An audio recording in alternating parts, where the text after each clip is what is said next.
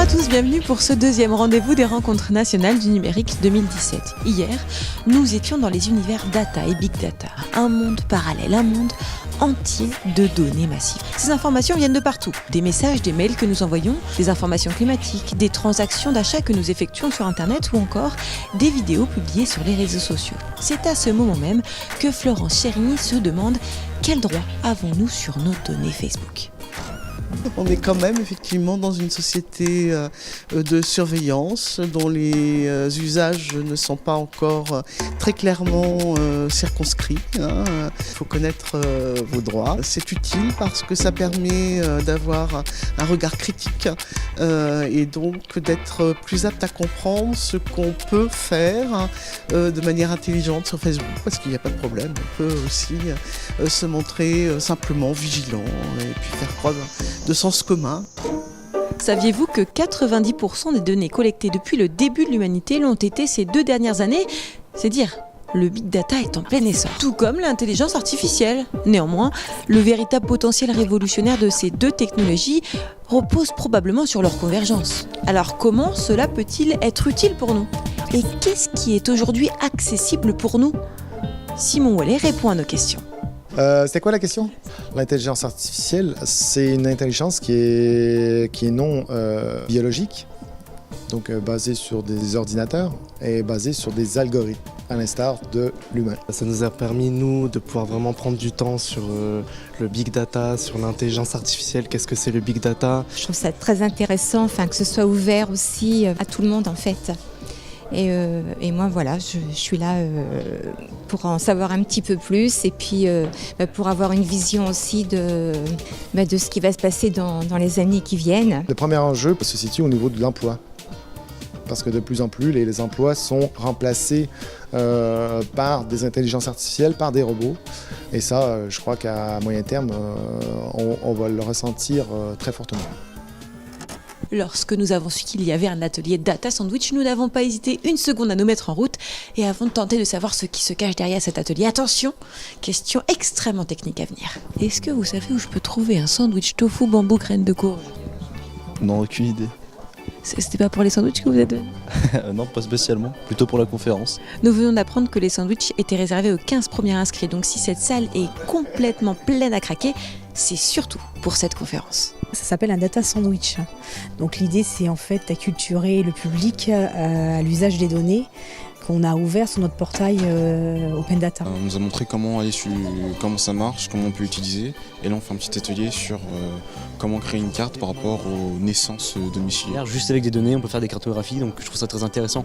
Ça simplifie, je trouve, la vie, les études que l'on peut faire en général dans la société où on vit, et du coup, ça peut faciliter les études globales du système. Grand Poitiers, par ce biais-là, partage les données dont elle dispose, qu'elle peut mettre à disposition du public. Puis là, à l'occasion des RNN, c'est l'occasion de refaire des ateliers. On a même pas mal d'étudiants qui sont du coup venus pour pouvoir découvrir ces plateformes.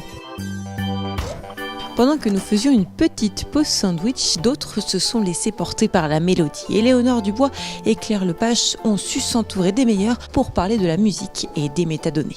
Cette table ronde, elle était organisée pour parler des métadonnées musicales et des enjeux qui sont celui de la rémunération ou celui de la découvrabilité. Dans l'Assemblée, ce qui était intéressant, c'est qu'on a eu des questions aussi bien d'artistes que d'utilisateurs de plateformes streaming, etc. C'est très difficile de faire sa place sur les réseaux numériques, de streaming, etc.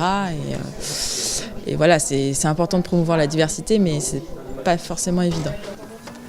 J'ai l'impression d'être un chat. Le kit de l'Odyssée est toujours au centre de Cobalt, rue Victor Hugo. L'occasion de découvrir ou redécouvrir les métiers de l'industrie et de faire de nouvelles connaissances. Je m'appelle Nao, je suis un robot humanoïde et je mesure 58 cm. La semaine du numérique nous inspire, l'occasion de tester nos compétences pour se rendre de Cobalt à ici, en un claquement de doigts, parce qu'on est smart. Nous voici donc à la Maison de l'Architecture pour découvrir l'exposition Smartland. Nous voici donc au cœur du pays où tout est smart. Les territoires, les animaux et les humains sont connectés. Smartland est la cité pilote de demain. Une exposition entièrement numérique qui part de la smart antiquité, passant par la smart vitalité, la smart citoyenneté ou encore la smart créativité. Le choix est large, l'exposition est captivante à regarder d'urgence tous les jours à partir de 12h30. De retour à Cobalt pour un atelier d'écriture numérique participatif, le projet Icarté. Pendant 1 heure, chaque participant choisit un thème et devient créateur de contenu. L'idée, c'était de pouvoir faire des spectacles multimédia, transmédia et du coup d'avoir un binôme artistique et numérique. En fait, on demande aux personnes de se réunir en groupe de 3-4 personnes maximum et on va leur demander de choisir un thème. Une fois qu'ils ont choisi un thème, on va leur demander de parler d'un sujet, de se mettre d'accord sur un sujet dont ils ont envie de parler.